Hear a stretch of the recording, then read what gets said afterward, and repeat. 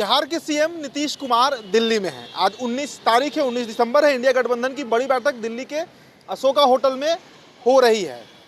लेकिन जो core voter हैं नीतीश कुमार के, यानी जिस लवकुश समीकरण की चर्चा बार बार बिहार में होती है, उसमें एक बड़ी सेंधमारी बीजेपी करने जा रही है। बीजेपी लगातार इसे कर भी रही है, लेकिन अब आप इस तस्वीर को पहले देखिए और फिर इसका पूरा विश्लेषण हम करेंगे कि बीजेपी क्या संदेश देना चाह रही है। देखिए, लवकुश रथ यात्रा शुरू होने जा रहा है बिहार में।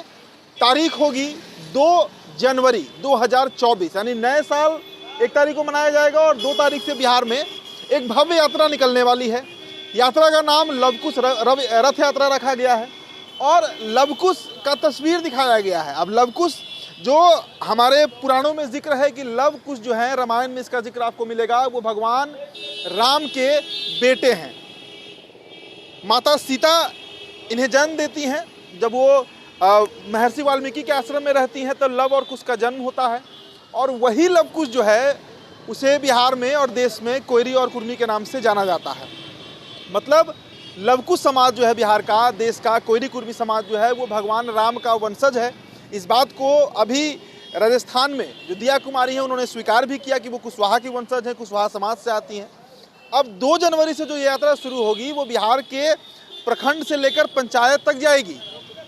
पूरे बिहार के 38 जिला में जितने प्रखंड हैं और जितने पंचायत हैं वहाँ तक ये यात्रा पहुँचेगी और इस यात्रा के माध्यम से लवकुश समाज को एक करने के लिए बीजेपी प्रयास करेगी। 22 जनवरी इस देश का एक बेहद ऐतिहासिक दिन होने जा रहा है। वो तारीख है जिस तारीख को भव्य राम मंदिर का उद्घाटन अयोध्या में होना है और इस यात्रा का समापन जो है वो भी 20 दिन के बाद, यानी 2 जनवरी को जो यात्रा शुरुआत होगी वो 22 जनवरी को अयोध्या में समापन होना है। मतलब जिस दिन उद्घाटन होना है भगवान श्री राम के मंदिर का, उसी दिन। अब पढ़िए इस पर पहले लिखा क्या है।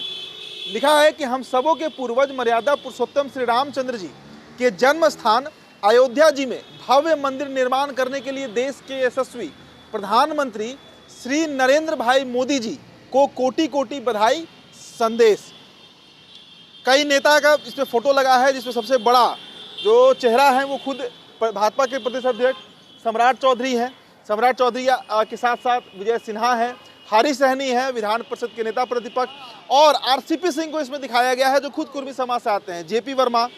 तो कई चेहरे, बड़े चेहरे, चूंकि पूर्व केंद्रीय मंत्री रहे हैं आरसीपी सिंह, इन सभी लोगों को एक साथ लेकर बीजेपी एक बड़ा अभियान छेड़ने जा रही है कि नीतीश कुमार के पैरों तले जमीन खिसका देना है। जी हाँ, नीतीश कुमार जिस वोट के बदौलत, जिस समीकरण के बदौलत, जिस लवकुश के बदौलत, जिस कोयरी कुर्मी के बदौलत बिहार की सत्ता पर पिछले 18 सालों से काबिज हैं, अगर उसमें एक सेंधमारी की जाए, बड़ी सेंधमारी की जाए, तो ये वोट अगर नीतीश कुमार से छटकता है तब नीतीश कुमार 2024 के रण में क्या करेंगे। देखिए, जातीय जनगणना बिहार में हुई और उसमें जो कोयरी समाज है उसकी आबादी करीब 4.5% बताई गई, 2.5% के आसपास कुर्मी समाज की आबादी बताई गई।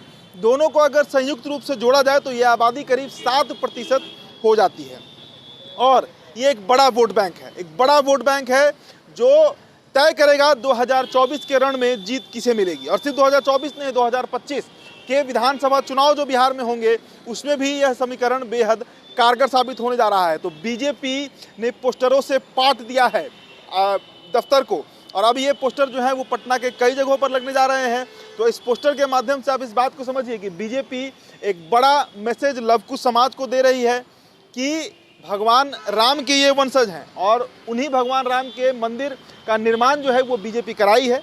अयोध्या में 22 तारीख को उद्घाटन होने जा रहा है और उस उद्घाटन के माध्यम से बीजेपी बिहार के जो लवकुश समाज के लोग हैं, जो कोयरी कुर्मी समाज के लोग हैं, उनको साधने का एक प्रयास ज़रूर कर रही है। तो 2 जनवरी से ये यात्रा शुरू होगी, बिहार के सभी जिलों में सभी प्रखंड तक पहुंचेगी और उसके बाद 22 जनवरी को इस यात्रा का समापन होगा खुद उत्तर प्रदेश के अयोध्या में, जहां पर मंदिर का कार्य अब लगभग निर्माण कार्य जो है वो पूरा हो चुका है और 22 जनवरी को उसका उद्घाटन खुद देश के प्रधानमंत्री नरेंद्र मोदी करने जा रहे हैं।